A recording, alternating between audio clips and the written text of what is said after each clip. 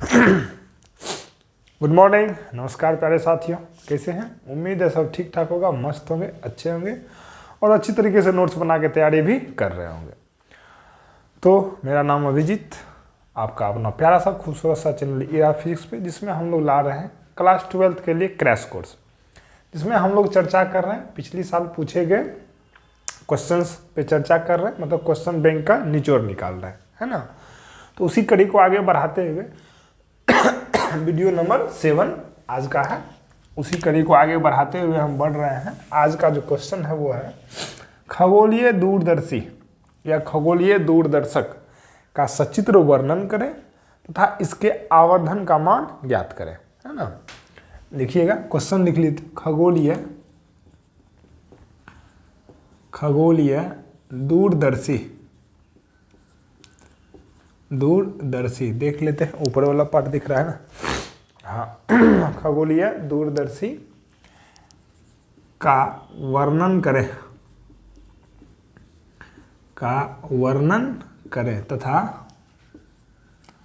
तथा किरण आरेख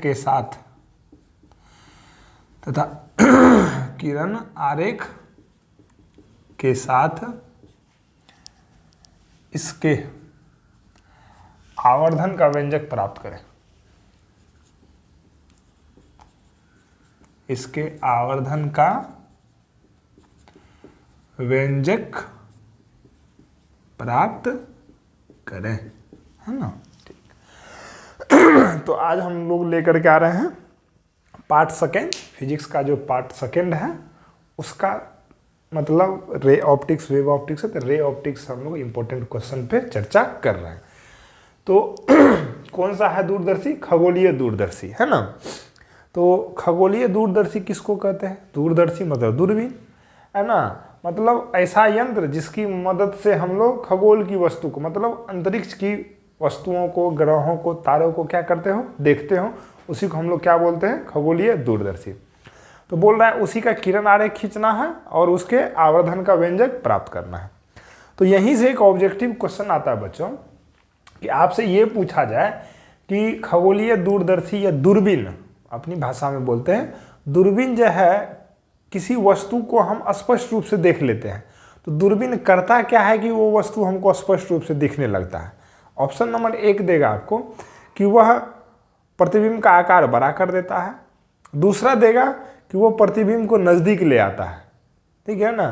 तो दूरबीन क्या करता है? जो दूर स्थित वस्तु है उसके प्रतिबिंब को वो कहाँ बनाता है? अपनी नज़दीक में बनाता है। तो ये वाला ऑप्शन आप लोग टिक कीजिएगा। ऑब्जेक्टिव में बहुत ही इंपॉर्टेंट है और बहुत कंसेप्चुअल क्वेश्चन, अच्छे एग्जाम में ये बात पूछा गया है कि दूरबीन क्या करता है।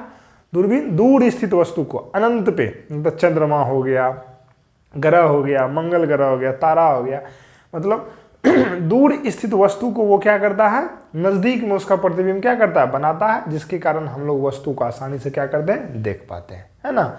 तो अब हम लोग बढ़ रहे हैं खगोलीय दूरदर्शी की ओर। पहले इसके परिभाषा को लिख लेते हैं, उसके बाद इसमें एक टर्म यूज है दर्शन कोण, है ना। क्या ये दर्शन कोण? तो उस सारे वर्ड को हम लोग देखेंगे, उसके बाद इसका सचित्र वर्णन करेंगे। लिखिए तो परिभाषा। तो आपसे पूछे कि खगोलीय दूरदर्शी क्या करता है या दूरबीन क्या करता है। दूरबीन दूर स्थित वस्तु का प्रतिबिंब नजदीक में बना लेता है, जिसके कारण हमको वस्तु आसानी से दिखने लगती है ना। परिभाषा लिखिएगा। यह एक ऐसा प्रकाशीय यंत्र है, प्रकाशिक यंत्र है।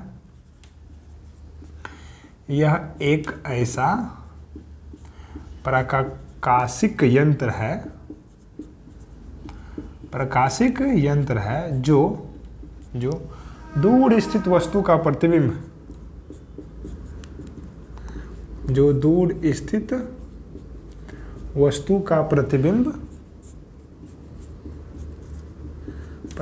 नेत्र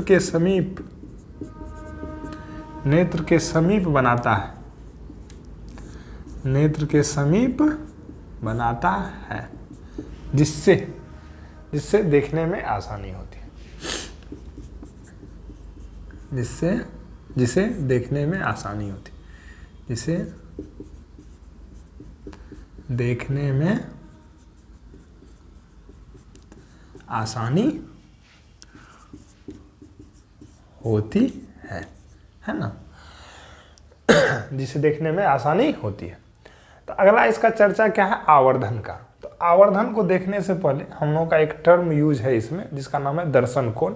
यदि आप इस चैप्टर का शुरुआत में पढ़े होंगे रेगुलर क्लास में, दर्शन कोण आप लोग जान रहे होंगे, अल्फा होता है और एक बीटा होता है, तो हम लोग उसी की चर्चा कर रहे हैं ना।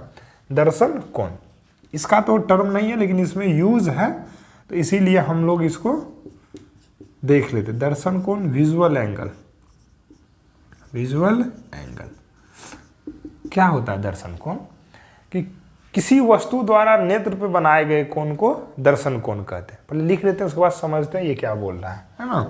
किसी वस्तु द्वारा, किसी वस्तु द्वारा नेत्र पे बनाए गए कोण को, नेत्र पे बनाए गए कोण को दर्शन कोण कहते हैं। दर्शन कोण कहते हैं। मेरे कहने का ये मतलब है, समझिएगा, हरिओम राधे राधे। कहने का ये मतलब है, मान लीजिए कि ये अपना वस्तु है, ये अपना क्या है, वस्तु है, और अपना यहाँ पे क्या है, नेत्र है। हमको देखना है तो ये इस प्रकार से कोण बना रहा है कि नहीं है। तो ये वाला जो कोण है यही कोण क्या हो गया, दर्शन कोण। यही कोण क्या हो गया, दर्शन कोण।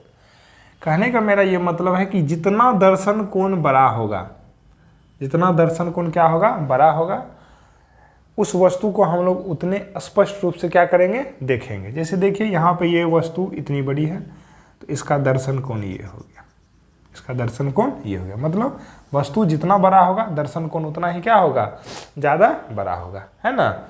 और ये भी बात बोल सकते हैं कि वस्तु जितना, हाँ सही है, ठीक है ना, दर्शन कोण लिखिएगा, लिख लिए। किसी वस्तु द्वारा नेत्र पर बनाए गए कोण को क्या कहते हैं, दर्शन कोण कहते हैं, है ना। एक दर्शन कोण होता है बीटा।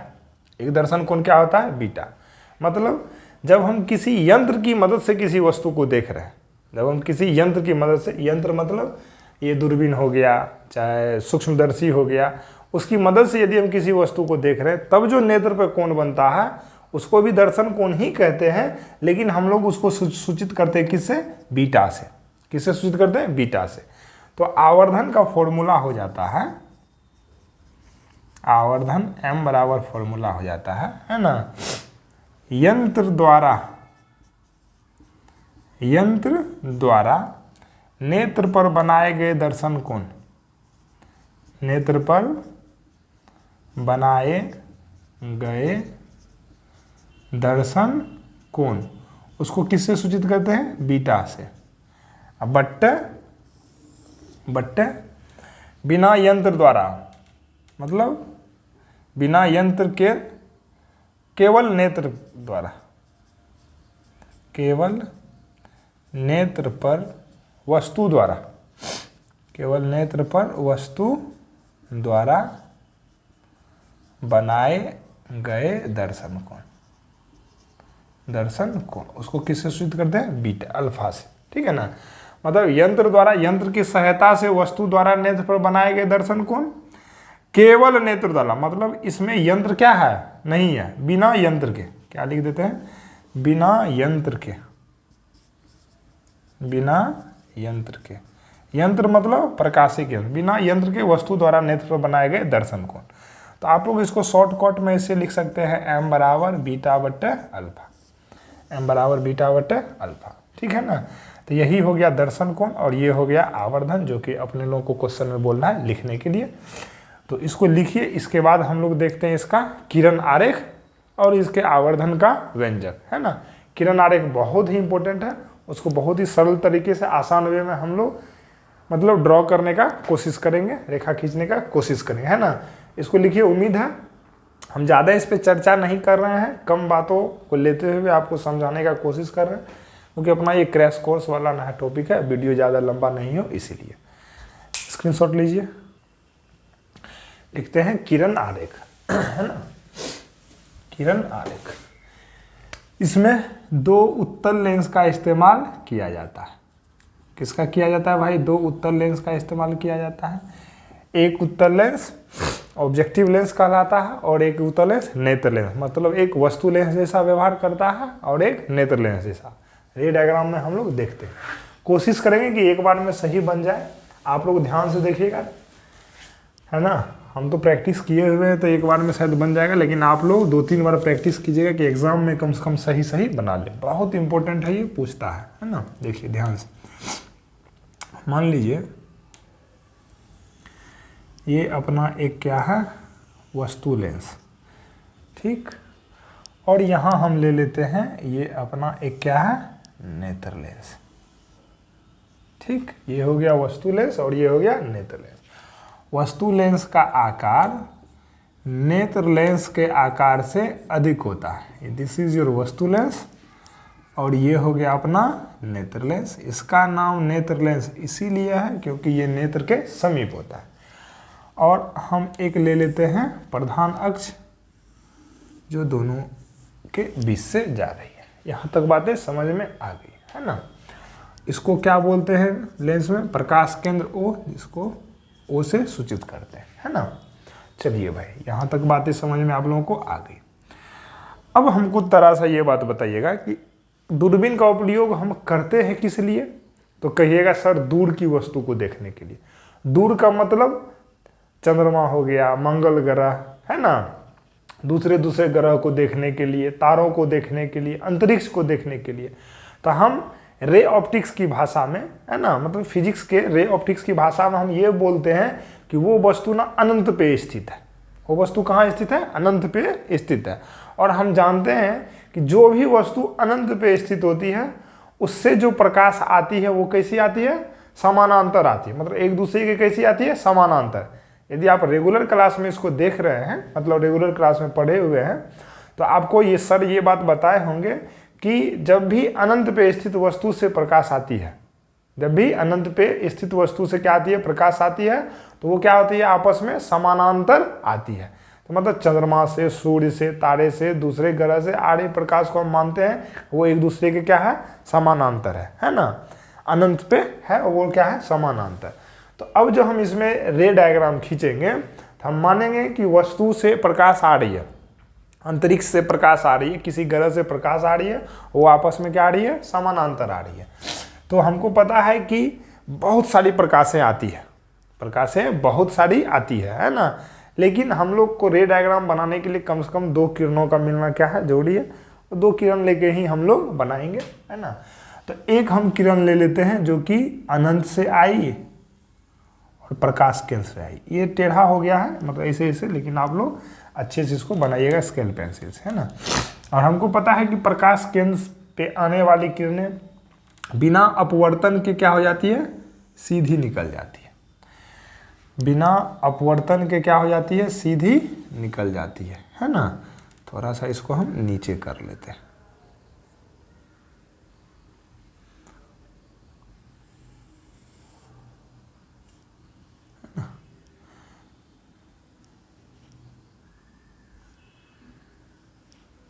बिना अपवर्तन के ये क्या हो गई, सीधी निकल गई, है ना। आप लोग गौर से देखिएगा, है ना। बिना अपवर्तन के ये क्या हो गई, सीधी निकल गई, इस तरह से। एक और हम रे लेते हैं जो कि क्या आती है, प्रधान अक्ष के ये, मतलब उसी रे के समांतर आती है। उसी रे के क्या है, ये समांतर है। उसी रे के ये क्या आ गई, समांतर आ गई। तो हम मान लेते हैं कि वो अपवर्तन के पश्चात यहाँ पे मिली। अयो, यहाँ पे मिलनी है इसको, है ना। नहीं मिलेगी तो हो जाएगा अपने को कष्ट, है ना। मान लिया अपवर्तन के बाद यहाँ पे दोनों क्या हो गई, मिल गई, है ना। तो ये हो गया। मान ली अनंत पे स्थित वस्तु है, कैसा है, कहाँ पे स्थित है, अनंत पे वस्तु, और उसका प्रतिबिंब यहाँ बना, इसका नाम है A' और B'। ये मान लिए हम लोग बना और इसको बोलते हैं फोकस, FO पे बना, है ना। अनंत पे स्थित वस्तु का प्रतिबिंब फोकस पे बना, है ना। लेकिन अब हुआ क्या, मान लीजिए चंद्रमा का प्रतिबिंब बना, तो चंद्रमा तो बहुत बड़ा है, उसका प्रतिबिंब उससे बड़ा तो हम नहीं बना सकते, उससे छोटा ही बना सकते हैं, लेकिन नज़दीक बनाएंगे जिससे हमको देखने में आसानी होगा और हम वस्तु को आसानी से देख लेंगे। एक्चुअली हुआ क्या, अनंत पे स्थित वस्तु का प्रतिबिंब यहाँ बना, लेकिन वो बहुत ही क्या बना, छोटा बना, बहुत ही क्या बना, छोटा बना। तो अब जो ये प्रतिबिंब बना है, मतलब वस्तु लेंस का जो प्रतिबिंब बना है, अब ये वस्तु लेंस का प्रतिबिंब ए डैश बी डैश नेत्र लेंस के लिए वस्तु जैसा व्यवहार करता है। नेत्र लेंस के लिए कैसा व्यवहार करता है, वस्तु जैसा व्यवहार करता है, और पुनः एक क्या बनाती है, एक और प्रतिबिंब बनाती है, पुनः एक और प्रतिबिंब बनाती है ना। अब ये कैसा व्यवहार करने लगा है, वस्तु जैसा व्यवहार करने लगा है, किसके लिए, नेत्र लेंस के लिए, और नेत्र लेंस के लिए वस्तु जैसा व्यवहार करके ये एक और प्रतिबिंब क्या करती है, बनाती है। तो थोड़ा सा हमको ना इसका वाला ज़्यादा थोड़ा सा बड़ा करना होगा, है कि नहीं, देख रहे हैं हमसे भी गलत सलत हो रहा है, तो आपको भी प्रैक्टिस करना पड़ेगा, है ना।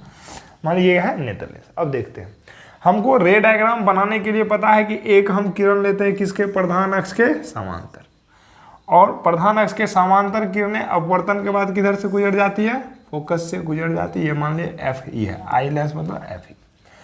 एक किरण हम ले लेते हैं, उसको कैसा लेते हैं,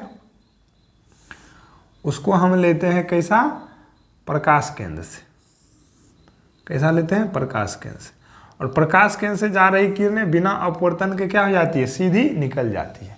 यहीं पे अपना क्या है, नेत्र है, जहां से हम क्या कर रहे हैं, देख रहे हैं। ये नेत्र दिख रहा है ना, हाँ ठीक है। अब हमको प्रतिबिंब बनाना है, प्रतिबिंब तो बन नहीं रहा है, अपवर्तन के बाद दोनों समांतर है, अनंत पे जा रही है, प्रतिबिंब बन नहीं रहा है, लेकिन हमको एक विधि पता है ना, जबरदस्ती विधि जिसको हम बोलते हैं जबरदस्ती विधि, लेकिन इसको हम लोग बोलते हैं किस रूप से बनना, आभासी रूप से बनना।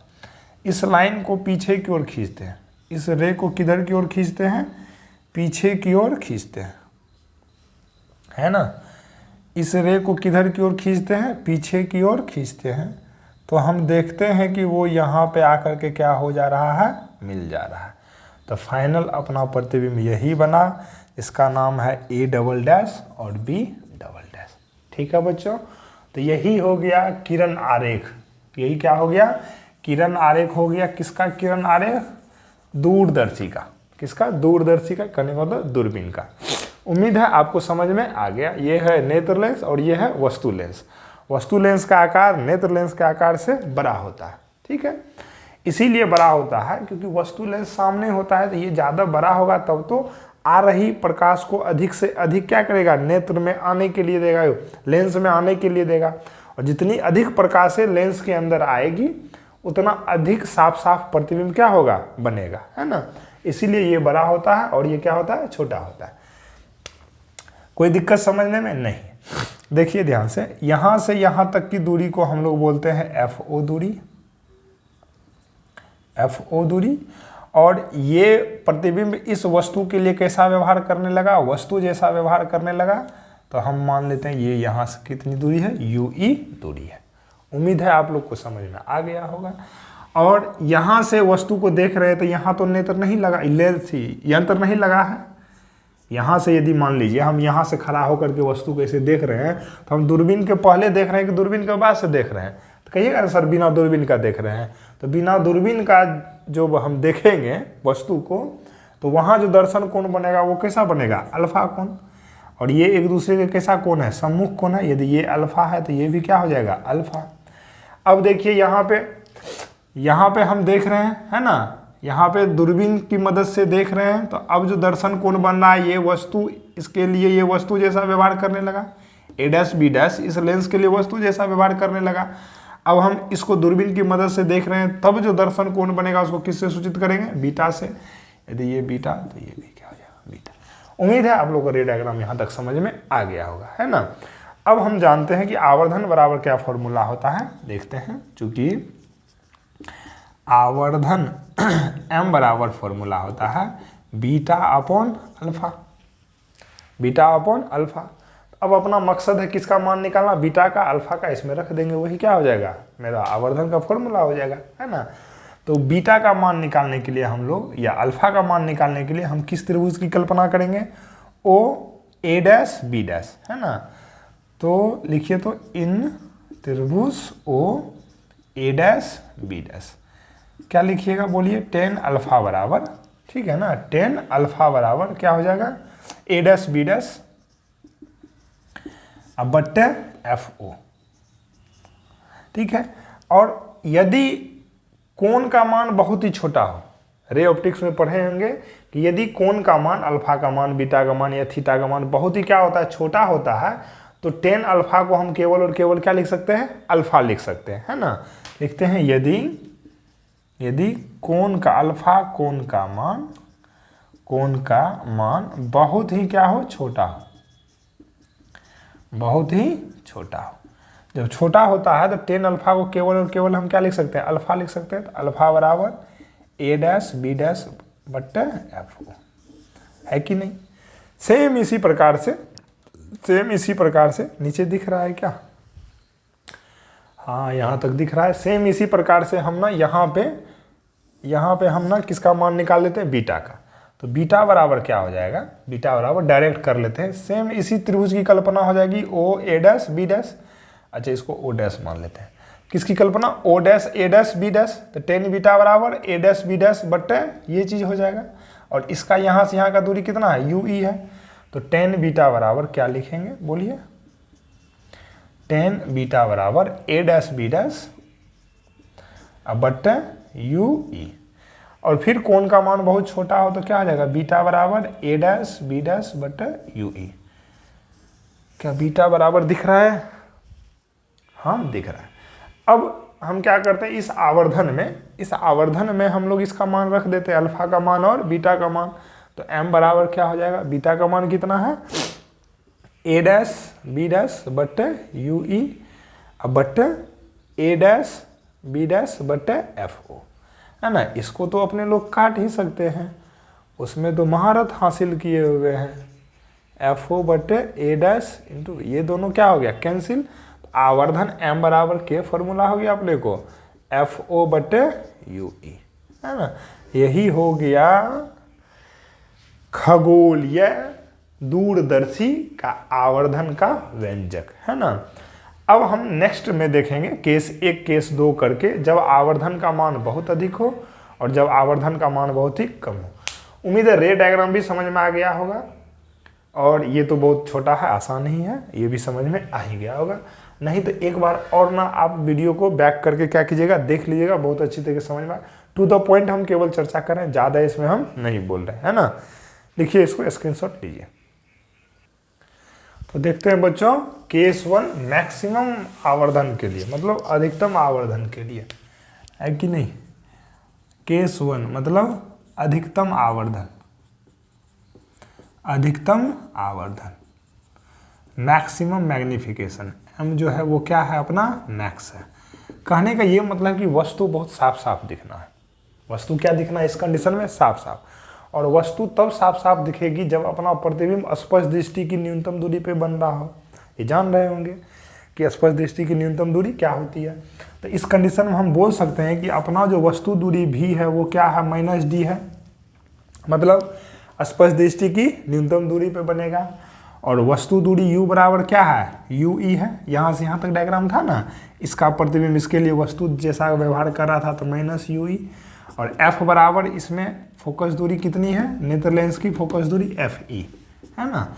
तो नेत्र लेंस से हम जानते हैं कि चूंकि 1/v - 1/u बराबर 1/f, जानते हैं ना ये वाला सूत्र, लेंस सूत्र से। तो 1/v का मान कितना है, -d, माइनस 1/u का मान -ue 1/fe, है ना। तो ये तो भाई हो गया प्लस, और ये इसको लेकर के चले जाइए आप उधर, 1/ue बराबर 1/fe प्लस 1/d। उम्मीद है यहाँ तक समझ में आ गया, है ना। तो यहाँ तक जो समझ में आपको आ गया, तो यहाँ देखिए तो हम जान रहे हैं कि m बराबर क्या होता है, अभी अभी फॉर्मूला निकाले हैं, आवर्धन बराबर FO/UE। और इसको आप ऐसे लिख सकते हैं कि 1/UE या गुना क्या चीज़, FO। अरे हाँ या ना, इसी को। तो इस 1/UE का मान, 1/UE का मान निकालना है, ये हम नहीं रख सकते, यहाँ पे रख देते हैं ना, क्या दिक्कत है भाई, रख दो। या तो इसको, हाँ सही है, इसको FO को आप यहाँ लिख लीजिए, तो बेचारा अकेले उधर भाग जा रहा है, ऐसे भी लिख सकते हैं, है कि नहीं। FO गुना 1/UE, तो M बराबर क्या हो गया, FO गुना 1/UE का मान है 1/FE अब प्लस 1/D, है कि नहीं। कोई दिक्कत समझने में। इसका मान हम यहाँ से उठा के ये वाला यहाँ पे रख दिए, ये हो गया, है ना। M बराबर FO, हम FE कॉमन ले लिया, FE क्या ले लिए इसमें, कॉमन। तो इसमें है नीचे में FE, तो वो तो निकल गया। यदि इसमें नहीं है तो ऊपर में क्या हो जाएगा, गुना हो जाएगा D। यही हो गया कंडीशन फॉर मैक्सिमम आवर्धन, ठीक है ना। FO/FE into 1 plus FE/D। और बोलता भी है एग्जाम में, ये क्या करे, सिद्ध करे। ये क्या करना है, सिद्ध करना है। उम्मीद है आप लोग को समझ में आ गया होगा। स्क्रीनशॉट लीजिए, हम इधर का बोर्ड तब तक क्लियर कर रहे हैं। अब देखिए, देखते हैं केस 2। केस 2, इसका केस 1 और केस 2 ही बहुत इंपॉर्टेंट है। दोनों में से कोई भी एक केस को बोल देता है कि ये क्या करना है, प्रूफ करना, ये इसका मान निकालने के लिए। केस 2 का मतलब है मिनिमम आवर्धन, न्यूनतम आवर्धन, न्यूनतम आवर्धन। उसको हम लिख सकते हैं मिनिमम मैग्निफिकेशन, है ना। तो मिनिमम मैग्निफिकेशन का मतलब है अपना जो प्रतिबिंब बनेगा वो कहाँ बनेगा, अनंत पे। प्रतिबिंब कहाँ बनेगा, अनंत पे, है कि नहीं। वस्तु दूरी तो जान रहे हैं -UE है, और फोकस दूरी जान रहे हैं FE है। तो वही लेंस सूत्र से 1/V - 1/U बराबर 1/F। 1/V की जगह क्या हो जाएगा, इन्फिनिटी, -1/UE, ये U है, भावनाओं को समझिएगा, और 1/FE है। तो 1/UE बराबर 1/FE। कहने का मतलब UE का मान, ये U है, भी नहीं है। U का मान कितना आया, 1/FE, और हम जान रहे हैं कि इसके आवर्धन का फॉर्मूला होता है FO/UE, है कि नहीं। तो M बराबर, इसको ऐसे लिख सकते हैं ना, 1/UE गुना FO। तो 1/UE का मान कितना हो गया, 1/UE का मान 1/FE हो गया। तो 1/FE गुना FO, तो M बराबर क्या हो जाता है, FO/FE। कभी कभी ये भी बोल देता है प्रूफ करने के लिए, ठीक है ना, कि खगोलीय दूरदर्शी का आवर्धन का मान M बराबर FO/FE सिद्ध करें। मतलब ये हो गया मिनिमम कंडीशन का, और ये हो गया मैक्सिमम कंडीशन का है। उम्मीद है बच्चों आप लोगों को समझ में आ गया होगा, और बहुत ही कम समय में हम रखने का प्रयास किए। मतलब वीडियो जितना भी लंबा हुआ है वो कोशिश किए हैं कि कम से कम बोलते हुए ज़्यादा कंटेंट दे करके आप लोग को ये वाला क्वेश्चन समझा दें। तो बच्चों मिलते हैं अगली वीडियो में अगली क्वेश्चन के साथ, तब तक के लिए नमस्कार।